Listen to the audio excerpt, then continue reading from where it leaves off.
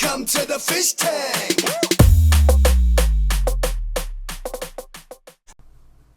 Hey everybody, Fishman here. Welcome to another video. This is going to be the video for the 4K subs giveaway, or at least the video where you can post a comment below, or as many comments as you like, because each comment is going to be a ballot for the draw, and I'll be doing the draw next week. Now, I couldn't be more surprised, more happy either for that matter, that I'm doing this video already. I mean, it was only December 7th last year where I had announced the winner for the 3K subs giveaway. And here we are a little over a month later, and I'm already doing the 4K. And that's, like I said, that's absolutely amazing. I couldn't be happier. And I wish to thank, truly thank everyone who takes the time to watch my videos, subscribe to my channel, post comments. I mean, it means an awful lot to me, truly. Because, when I first started this, I kind of hoped just to share some of the things I learned over the years and hopefully garner some kind of audience that's interested in watching what I do. And like I said, I am surprised beyond belief that it has gotten to this point. And like I said, thank you very, very much. One of the things I noticed during the surge in the viewership over the last month is an awful lot of interest in this particular video, or this particular build, I should say. And it's amazing that people are interested in this modification I did for an undergravel filter. It's really quite cool, and I'm quite thrilled about it. So that has spawned what I am choosing for the 4K subs draw. This is going to be, I'm building 4 of these. 3 of them are going to be in the draw for sure. The 4th one may be like a grand prize kind of thing. It's going to be a different modification on the filter, or maybe just one that I'm going to give to someone specific. I haven't decided yet. We'll see how that goes. But like I said, this is actually really kind of cool, because when you guys leave comments on my videos, they spawn ideas in my head. So you're going to be seeing an awful lot of this filter, or at least modifications of this filter over the coming year, maybe even longer, who knows. But that's really cool. That's actually the thing I really like a lot about this. It's the feedback, and like I said, I got a lot of comments, suggestions, and interest in general in this, and it's really, really interesting.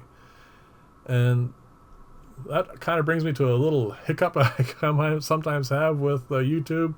I'm not sure if anyone else experiences this like I do, but YouTube is really inconsistent on giving me notifications for comments. And the more comments I get, I honestly think the worse it gets. I really do try and answer every comment I get. If you're going to take the time to watch a video of mine and post a comment, it's the least I can do to respond and let you know that I'm paying attention, and give you some feedback as well. And I try and do that for everything.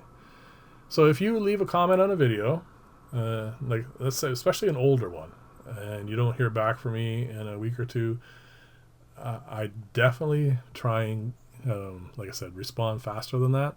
So what I suggest is go to a new video, leave a comment there, tell me what your question was, what video it was, and that sort of stuff, and I'll try and answer that there and then.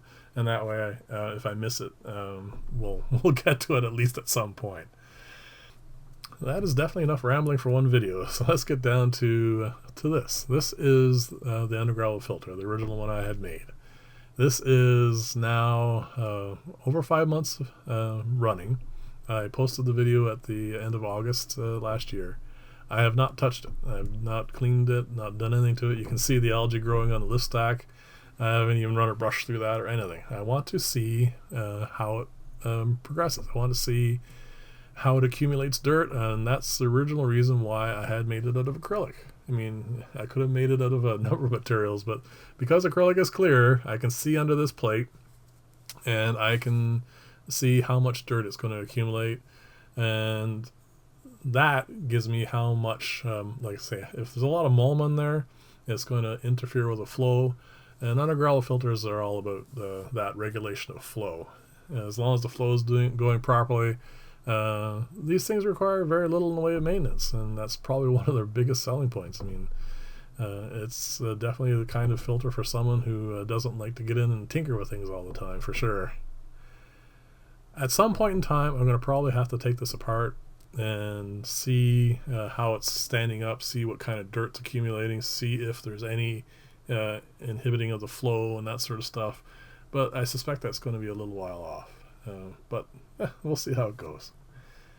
The funny thing about this particular filter and build and whatnot is I have a client I've had for a very long time, well over a decade, and he's doing a bunch of clean out of his basement, and he has this box, and in the box there are a bunch of underground filters, and you can tell by the print on these they've been around for quite a while. I'm not sure how old it is. I forgot to ask him, and actually if he watches this video, maybe he'll leave a comment below and let me know how old they are. The neat thing about it is these underground filters, well, you can see how yellow they are with age. But the old style underground filters were meant to fit the whole bottom of the tank. So these things are made for about 15-gallon tanks, which is kind of interesting. But all it is just a plate and a lift stack and an air tube and that sort of stuff. Same as what I'm doing. But then the thing I found was kind of interesting about it is the lift stack for these things is that tiny little thing right there, which is really kind of bizarre because you wouldn't think that it would produce enough flow to filter an entire tank. But I mean, this is a commercial filter, so there you go. So I think my smaller filters with their 1-inch lift tubes should be more than adequate for whatever your purposes are. Speaking of which, here is one of the boxes for the giveaway. This is almost identical to the original build. It is just a little bit deeper, and the reason for that is there was a bunch of comments, and some of them suggested other materials, and this is going to give you a bit more room if you choose you want to try something different out, especially a larger, more porous, like a lava rock kind of thing. So anyway, this gives you a bit more in the way of variety. One thing I really want to point out here is these things. These are spacers. Apparently in my last video I didn't point them out well enough. This keeps the egg crate off the bottom of the acrylic. This gives you that gap that's essential so that when the water goes up through the lift stack and draws water from underneath the plate, it draws it evenly from around the whole thing, not just from one section. And as far as adding this window screen here, the nylon mesh, you only need to add that if you are going to use a fine material that would fall down through the holes of the egg crate. Otherwise, you don't need it at all. And like I said, don't use a fine sand because it's just going to pack and it's going to create issues of its own. Then all you need to do, this is how I'm gonna obviously not stand it up, but this is how it's gonna be mailed in the box. And all you need to do is drop an airline with a air stone on the end of it, and it should run perfectly. And as I said in the beginning, I have made 4 of these, and one of them currently all that's different is it has dual lift stacks. And like I said, it's either going to be like the grand prize, like the first prize, whatever you want to call it, or it may be a special giveaway. I'll decide that sometime between now and next week.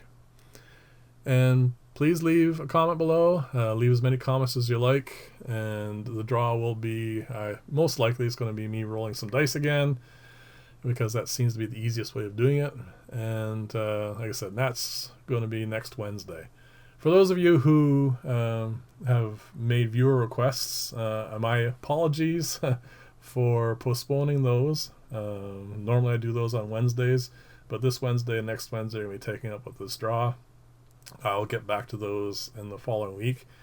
And as far as this Friday's video goes, it's going on as planned. I have built and tested out a diatom filter. It was quite an interesting build. Hopefully you guys will enjoy that. That'll be for this Friday. And I guess as I always say near the end of my videos, if you haven't subscribed and you like this style of video, please like and or subscribe, and definitely leave comments, especially on this one. And thank you very much for watching, and as always, Thanks for watching, and bye for now.